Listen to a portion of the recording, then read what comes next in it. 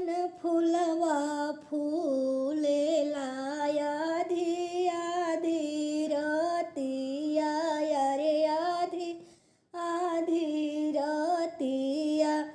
कौन फुलवा फूले मीनू सहारा ए हरि कौन फुलवा फूले मीनू सहारा ए हरि चंपा फुलवा फूलेला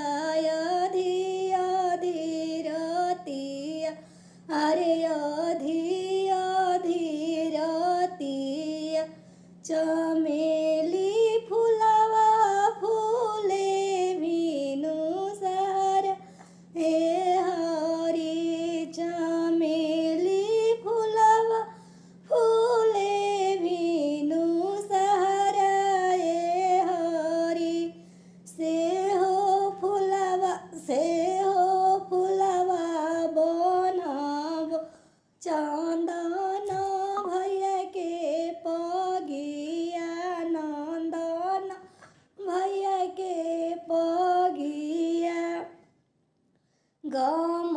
कते जाइए कवल जिया ए हरि गम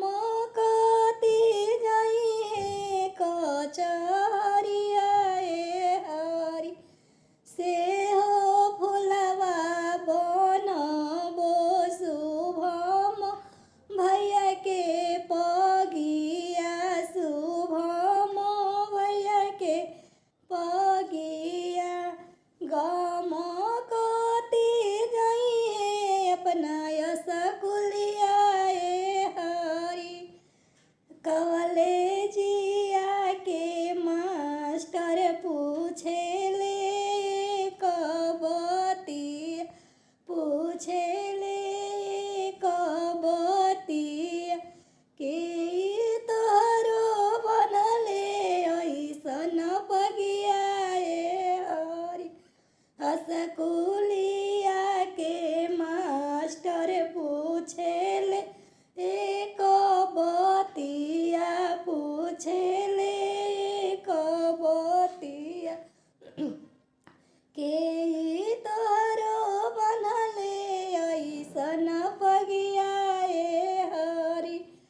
हमरो जे बाड़ी अरे बहिनी हो सुनीता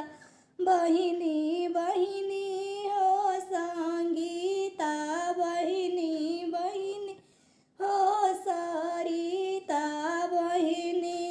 उहे बहिनी बनली ऐसन पगिया ए हरि